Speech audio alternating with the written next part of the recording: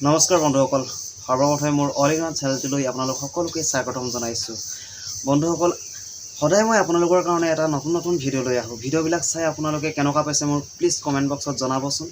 আৰু মোৰ যদি ভিডিঅ'বিলাক কিবা ভুল ক্ৰুটি হয় তেনেহ'লে মোৰ কমেণ্ট বক্সত মোৰ সেই ভুল ক্ৰুটিখিনি আঙুলিয়াই দিবলৈ আপোনালোকক বিনম্ৰ অনুৰোধ জনালোঁ। আহকচোন বন্ধুসকল, আজি আমি পুষ্টিকৰ আৰু ঔষধি গুণেৰে সমৃদ্ধ অমিতাৰ বিষয়ে কিছু কথা জানো। অমিতা এবিধ পুষ্টিকৰ ফল। ই সকলো ঋতুতে উপলব্ধ। ই সোৱাদযুক্ত আৰু স্বাস্থ্যবৰ্ধক। কেঁচা অমিতা পাচলি হিচাপে খোৱা হয়। কেঁচা পকা দুয়োবিধেই শৰীৰৰ কাৰণে উপকাৰী। অমিতাত ভিটামিন এ, বি, চি থকাৰ উপৰিও আন উপাদানৰ পৰিমাণ এনেধৰণৰ: পানী আছে 89.6%, প্ৰ'টিন 0.5%, কাৰ্বহাইড্ৰেট 9.5%, কেলচিয়াম 0.01%, লৌহ 0.4%। ইয়াৰ লগতে শৰ্কৰা, এনজাইম ইত্যাদি কম পৰিমাণে পোৱা যায়। কেঁচা অমিতাত থকা গাখীৰৰ দৰে বগা ৰসৰ পৰা পেপেন নামৰ ঔষধীয় পদাৰ্থৰে তৈয়াৰ কৰা হয়। বিভিন্ন ঔষধ প্ৰস্তুত কৰোঁতেও পেপেন ব্যৱহাৰ কৰা হয়। অমিতা ঔষধি গুণেৰে ভৰপূৰ। অমিতা খালে তেজ পৰিষ্কাৰো হয়। কোষ্ঠকাঠিন্যৰ বাবে অমিতা মৌ ঔষধ বুলিব পাৰি। সদায় পকাই হওক বা কেঁচাই হওক অমিতা খালে কোষ্ঠকাঠিন্যৰ পৰা হাত সাৰিব পাৰি। অনিয়মত ঋতুস্ৰাৱৰ কষ্ট পোৱা মহিলাসকলে সদায় পকা অমিতা 2-3 গ্ৰাম এমাহমান খালে ৰোগ সোনকালে নিৰাময় হয়।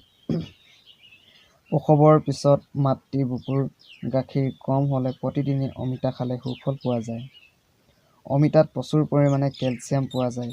সেয়ে সদায় অমিতা খালে দাঁত আৰু হাড়ৰ গঠন শক্তিশালী হয়। প্ৰস্ৰাৱ সম্বন্ধীয় ৰোগতো অমিতা উপকাৰী। প্ৰজনন ক্ষমতাৰ বৃদ্ধিত অমিতাই সহায় কৰে। ই বীৰ্যবৰ্ধক।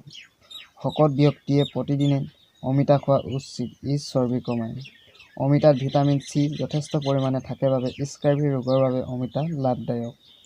খোৱা বস্তু হজম কৰাত অমিতাই সহায় কৰে। নতুন জোতা চেণ্ডেল কাটিলে কটা স্থানত কেঁচা অমিতাৰ ৰস লগালে সোনকালে ক্ষত নিৰাময় হয়। অমিতাই ভোক বৃদ্ধিত সহায় কৰে। বয়সতকৈ আগতে মুখত বলি ৰেখা পৰিলে পকা অমিতা মোহাৰি কোমল কৰি লগাই আধা ঘণ্টামানৰ পিছত কুহুমীয়া গৰম পানীৰে ধুই বাদাম তেলেৰে লাহে লাহে মালিচ কৰিব লাগে।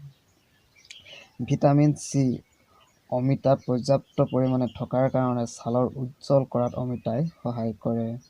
পকা অমিতা কোমলকৈ ফেটি লৈ শালমইনাত লগালে শালমইনাত সোনকালে ভাল হয়। সৌন্দৰ্যবৰ্ধনতো অমিতা অদ্বিতীয়।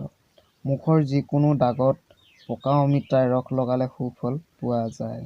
তেনেহ'লে বন্ধুসকল, আজিলৈ ইমানেই। আকৌ এটা নতুন ভিডিঅ'ৰ লগত লগ পোৱাৰ আশাৰে আজিলৈ আহিছোঁ। জয় আই অসম।